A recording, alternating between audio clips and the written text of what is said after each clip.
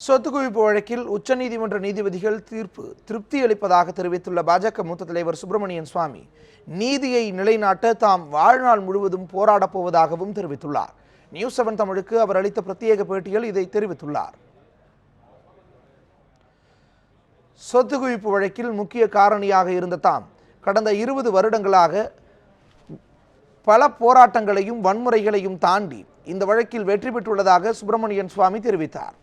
வழக்கறிஞர்களே தம் மீது வன்முறையில் ஈடுபட்டதாக கூறிய அவர் இந்த வழக்கின் மூலம் நீதித்துறையின் மீது மக்களுக்கு புதிய நம்பிக்கைகளை நீதிபதிகள் பெற்று தந்துள்ளதாக கூறினார்.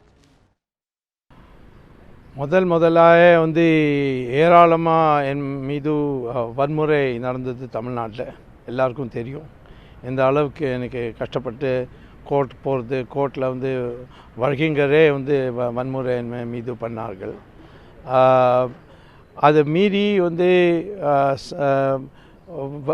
வழக்கறிஞர் இல்லாமல் நானே வாதம் பண்ணி என்னோடய டைமை செலவு பண்ணி இதை ஒரு அளவுக்கு கொண்டு போன பிறகு காக்னைசன்ஸ் கோர்ட் எடுத்தது பிறகு போலீஸ்க்கு இன்வெஸ்டிகேஷனுக்காக உத்தரவு கொடுத்தார்கள் ஜட்ஜு. அதுக்கப்புறம் போலீஸ் இன்வெஸ்டிகேஷன் நடக்க ஆரம்பிச்சது. எல்லா சட்டத்தில் என்ன பிரிவு இருக்கோ அதை பயன்பட்டு ஜெயலலிதா இதை தாமதம் பண்ணுறதுக்கு பார்த்தார்கள். நீதிமன்றத்தில் நம்ம நாட்டுக்கு ஒரு நம்பிக்கை கொடுத்துருக்கார்கள். ஊழலை எதிர்த்து பெரிய மனிதன் எந்த பதவியில் இருந்தாலும் அவள் எதிராக ஒரு குடிமகன் கேஸ் போட முடியும்னு பண்ணி கொடுத்து காட்டியிருக்கார்கள். ஆளுநர் யாரின் வற்புறுத்தலின் பேரில் கடந்த சில நாட்களாக செயல்பட்டார் என்பது குறித்து தமக்கு தெரியாது என்று கூறிய சுப்பிரமணியன் சுவாமி ஆளுநருக்கு ஒரு அதிகாரமும் இல்லை என்றும் கூறினார். ஆளுநருக்கு ஒரு அதிகாரமும் இல்லை சட்டத்தில். இதை எதிர்காலத்தில் என்ன நடக்க போகிறது அதை பார்த்து இன்றைக்கி என்ன பண்ணலாம் பண்ணுறதுக்கு இதுவரையிலையும் ஒரு மாதிரி கேஸும் கிடையாது. எதுக்காக பண்ணான்னு எனக்கு புரியாது. பிகாஸ் ஆளுநரும் நல்லவர். அதனால் எந்த நிர்பந்த காரணம் இவர் இதை தாம்பரம் பண்ண எனக்கு புரியலை. ஆனாலும் எனக்கு சசிகலா மேலே கேஸ் போட்டு அவள் ஜெயில் போகணுன்னு என்னோடய கோரிக்கை இருந்தாலும் ஆனால் எங்கே நியாயம் இருக்கோ அங்கே பேசுகிறதுக்கு தைரியம் இருக்கணும்.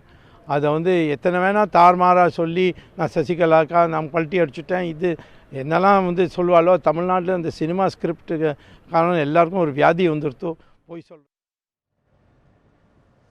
கடந்த 3 நாட்களாக சசிகலாவை ஆட்சி அமைக்க ஆளுநர் அழைக்க வேண்டும் என்று வலியுறுத்தி வந்தது தொடர்பான கேள்விக்கு பதிலளித்த சுப்பிரமணியன் சுவாமி நீதியையும் நியாயத்தையும் நிலைநாட்ட தனது வாழ்க்கை முழுக்க போராடுவேன் என்றும் தெரிவித்தார். தமிழகத்தில் பலரும் தம் மீது பொய்யான குற்றச்சாட்டை தெரிவித்து வருவதாகவும் அவர் கூறினார். இது தாம்பரம் பண்ண எனக்கு புரியலை. ஆனாலும் எனக்கு சசிகலா மேலே கேஸ் போட்டு அவள் ஜெயில் போகணுன்னு போகிறது அதை பார்த்து இன்றைக்கி என்ன பண்ணலாம்.